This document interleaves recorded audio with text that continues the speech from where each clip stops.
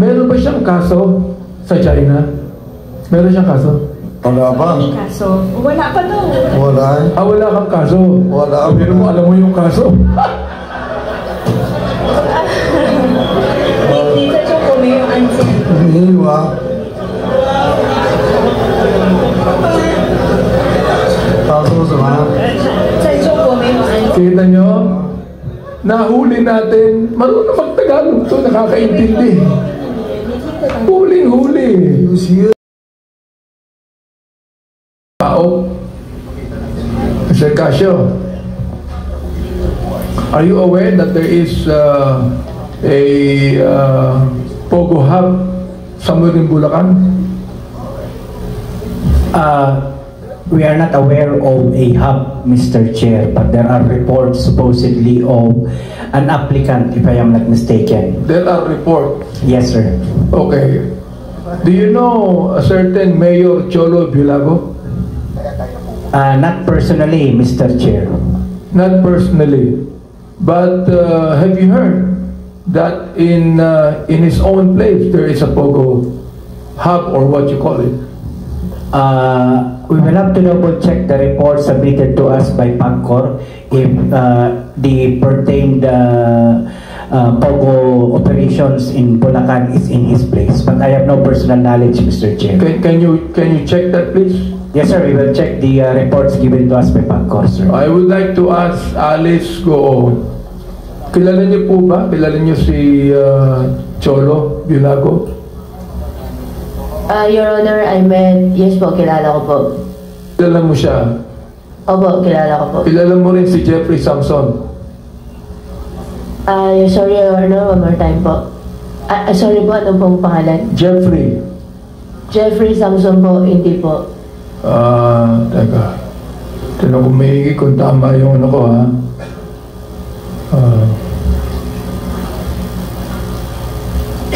Pero gaano mo kilala si Cholo Bilago? Your Honor, kilala ko po siya bilang mayor po ng San Rafael, Bulacan. Matagal mo na siyang kilala? Hindi po. JP Samson, kilala mo ba siya? Yes po, Your Honor. Siya ba ay business partner mo? Your Honor, hindi naman po business partner. May mga ano lang po, yung mga commission po ng mga cars po before. Kilala mo rin siguro si General Bong Karamat, di ba? Yes po, Your Honor. Yung wife po niya, mayor po. Sino? Si Mayor Maya. Hindi. Kilala mo si General Bong Karamat? Opo, yes, Your Honor. Paano mo siya nakilala? Nakilala ko po siya, Your Honor, through his wife po. Ilang taon mo nang kilala si Mayor Cholo? Mayor Cholo, parang last year lang po. Last year lang? Opo. How about Jeffrey Samson? JP Samson, matagal ko na po kakilala. Mr. Chair, I would like to make a motion that we invite these two personalities in our hearings on Season 2, Mr. Chair. Comsec, please take note of the names mentioned by Congressman Abante and to be invited in our next committee hearing. Kay Tony Young, you're still very young. Tony Young, how old are you now? Saan yung ating interpreter dyan? Ilan taong ka na? 55 or 54. 55? 54? 1970. Can we have the interpreter here, please? So, I just would like to ask, ano ba?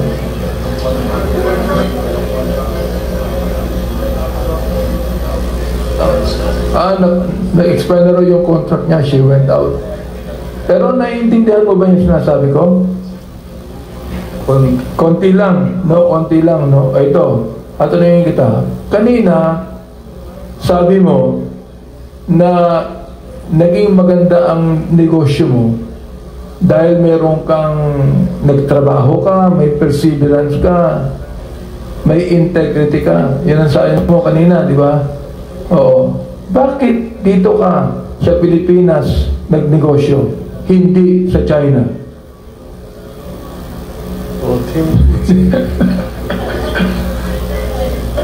Kasabot ka, Bisaya? Kasabot ka, Bisaya? Si Alice ko, pwede makatulong. Can you help?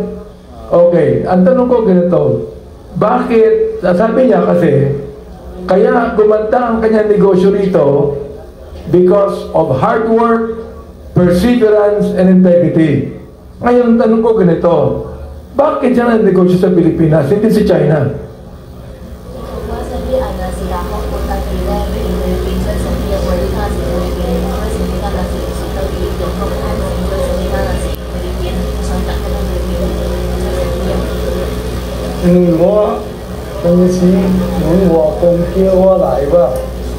Mr. Chair, can we hear Alice Go speak in Chinese? Please use the microphone. Yes, Your Honor. Pakitanggal mo yung ano mo, tanggal mo. Medyo Walang germs dito masyado. Okay, can we hear the answer, please? Can you speak in Chinese and tell him? Sige po. Mừng có sẽ đi căn là gì Philippines chơi sừng đi, không gì đại陸chơi sừng đi. 因為我來菲律賓玩做年咯，按住位石路吧，按住位習慣咯石路吧。 Your Honor, matagal na daw po siya dito sa Pilipinas at nakasanayan na daw po niya dito. Di kaya nga, ang tanong ko ganito, bakit dito siya sa Pilipinas? Bakit dito sa Pilipinas nagtayo ng negosyo, hindi sa China? Sapagkat sa China, pwede rin siya maging persevering, pwede rin siya magkaroon ng integrity, pwede rin siya magkaroon ng hard work. Bakit dito sa Pilipinas nagtayo ng negosyo, hindi sa China? Ý是講說，你講那是選擇點咧菲律賓，唔是選擇點咧中國最勝利。你中國嘛是有法人也骨力地最勝利，可能唔是中國，可能是選擇菲律賓。因為當時伫中國出來了咯，咱就按住返久咯啊，按住返久咯，大家咱也習慣咯吧。 生活習慣咯，參。你係有講係咪？我哋直接緊講。我唔有講啊。Your Honor, ang sabi po niya, nakasanayan na daw po niya dito sa atin sa Pilipinas. Hindi naman siya Pilipino eh. Tama ba yun? Iba yung Filipino, Chinese. Hindi naman siya Pilipino, Chinese siya eh. Hindi siya naging Pilipino, Chinese.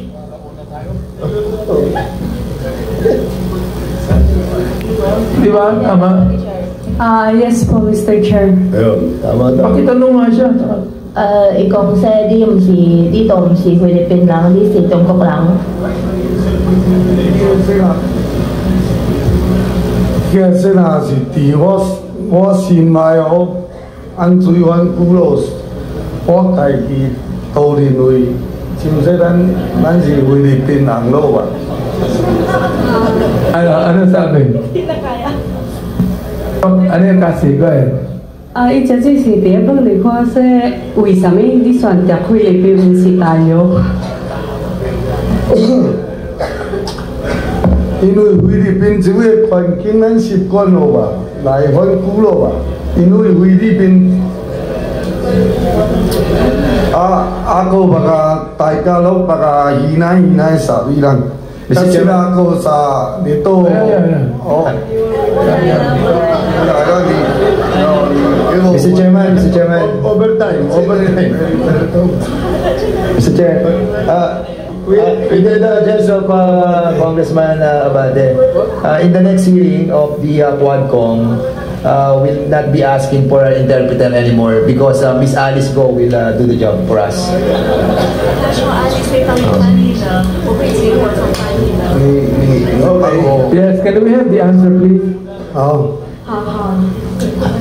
Okay, let's continue. Di bale, sasagutin ko na lang. You tell him sapagkat deal sa Pilipinas, nabibili niya ang ibang opisyal dito ng pera. Meron ba siyang kaso sa China? Meron siyang kaso? Wala pa. Kaso, wala pa daw. Wala. Wala kang kaso? Wala. Pero mo alam mo yung kaso? 你在中国没有案件？没有啊。他说什么？在中国没有案件。 Kita nyo? Nahuli natin. Marunong mag-Tagalog to, nakakaintindi. Huling-huli. 有些一点懂，有些不懂，有些听懂说不出来。 Yeah, sometimes I understand, sometimes I don't, and sometimes I cannot express myself. Yes, oo. Sabi niya wala siyang kaso sa China. Correct. Yeah, 所以你在中国没有案件。 Pero dito may kaso na siya. 但是你在这里有案件，你在这里菲律宾有案件。什么案件啊？ Anong case daw po? Anong kaso daw po? Teka, pakisabi nga, Mr. Casio, yung kaso niya, immigration law, pakisabi. Mr. Presentation, so he is now dubbed and he is alleged to be an undesirable alien. 就是不接受、不欢迎的外国人。你在菲律宾不是欢迎、不受欢迎的外国人。Can you imagine, you have been an undesirable alien for 25 years, but you are able to put up a big business in this country. Niloloko mo kami mga Pilipino. Yun ang ibig sabihin. Pakisabi nga sa kanya, niloloko kami mga Pilipino. Niloloko mo kami. Sabihin mo, alam niya teka, alam mo, di ba? Niloloko, alam mo yung niloloko? Kunyari ka pa niloloko mo ko你在骗我们菲律宾人，他是这样说。没有啊，今天没有啊。No,你的我今天没有骗他。I'm not really loco. I'm not loco. Hindi ko siya sabihin loko-loko siya. Ang ibig sabihin, niloloko niya ang Pilipino. He is making a big fool sa mga Pilipino natin. Pakisaya mo nga sa kanya, please. 你在当我们菲律宾人是白痴，你在骗我们。没有啊，今天我不知道他怎么这样想我。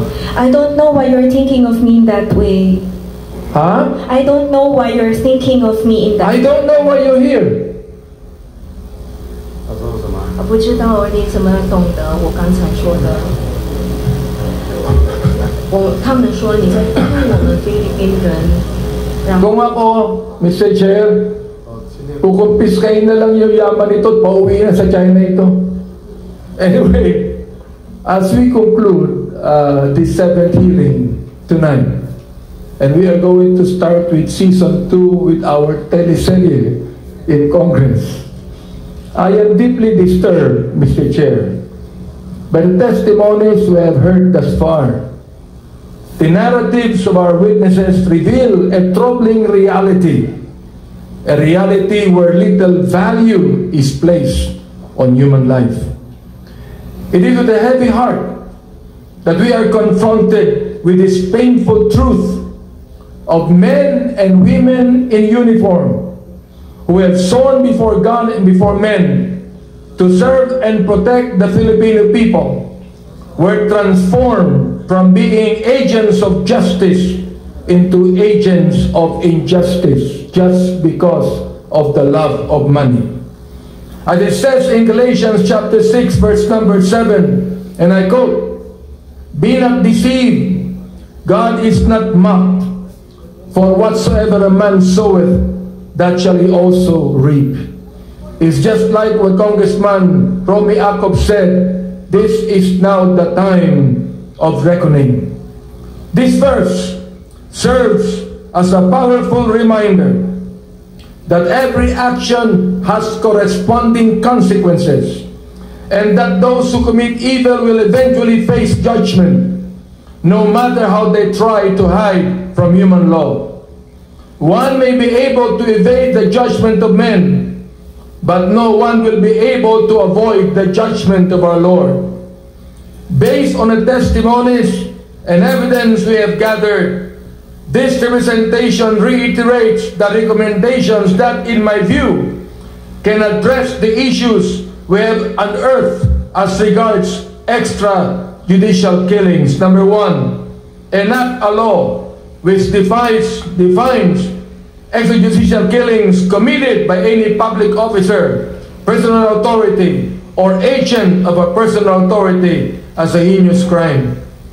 Extrajudicial killing may be defined as, I quote, any killing other than that imposed by the state pursuant to the provisions of the Constitution of heinous crimes, end of quote. The penalty of life imprisonment shall be imposed upon those who may be held liable for the offense. It shall also define salvaging as murder or killing committed or ordered by any person, public officer, personal authority, or agent of personal authority. Moreover, a presumption of administrative negligence may be defined as arising from an increase in the number of extrajudicial killings or salvaging in the area of responsibility of any public officer, personal authority, or agent of personal authority, with the exception of areas declared by government as combat zones or conflict areas, and despite continuous allocation and disbursement of intelligence funds or similar allocations from the local government to such public officers. This proposed law will send a clear message that such violations of the right to life does not have a place in our society. Number two, provide reparation and compensation to victims of extrajudicial killings. The state, as duty bearer, must recognize the human rights violations committed against the victims of extrajudicial killings, torture, and other gross human rights violations committed during the war on drugs, and even here as we talk about gambling, pogo. The state must also provide reparation, compensation, monetary and non-monetary psychosocial rehabilitation, and other effective remedies to the victims and their next of kin. It is our duty to offer some measure of solace to those who have suffered unimaginable loss at the hand of government agents.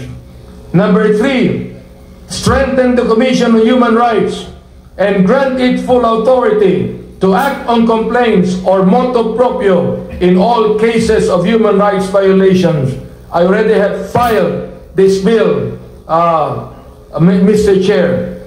The CHR, as an independent office created under the 1987 Constitution, must be given such other powers and functions to investigate other cases of violations of human rights that should fall within the authority of the Commission. The Commission must be provided an effective and expanded structural, operational, and functional independence, fiscal autonomy, to ensure prompt, immediate, and unrestricted discharge of its functions, and the power to issue injunctive relief and legal measures. It must also be given rightful access to police documents, right to receive regular reports on drug-related killings from concerned agencies, right to conduct unhampered investigations, and right to prescribe criminal and administrative penalties for non-compliance of concerned agencies. This will empower the Commission to pursue justice with more vigor. Number four, review Republic Act number 8551, otherwise known as the Philippine National Police Reform and Reorganization Act of 1998, and the PNP operational guidelines on rules of engagement. In the exercise of its oversight function, Congress must make a close scrutiny and review of PNP laws and guidelines. In particular, Section 39 on the powers and functions of the Internal Affairs Service of the PNP and its conduct of motu proprio automatic investigations involving different instances, and especially those instances where the established rules of engagement have been violated. It is time to reevaluate the policies of the police institution that have allowed these abuses to occur. Number 5, create an independent and impartial mechanism or commission to investigate and bring perpetrators of drug-related extrajudicial killings to justice. The establishment of a commission to hold to account the violators of human rights in the anti-illegal drugs policy and ensure that those with command responsibilities be held accountable must be considered.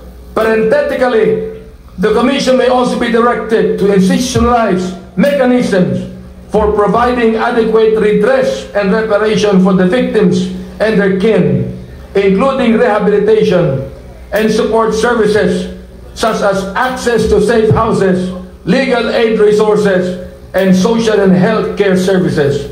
And number 6, file appropriate charges against personalities who may have committed crimes in the war on drugs during the Duterte administration and even today. Corollary to legislative powers of Congress to enact laws and to conduct inquiries in aid of legislation is to cognate action of recommending for prosecution those erring individuals who may have violated our laws. I firmly believe that the rule of law is the foundation of all of our basic rights, and where there is a culture of impunity, no rule of law could ever exist. Kaya mga kasama, sama-sama tayong lalaban sa kadiliman at sa kasamahan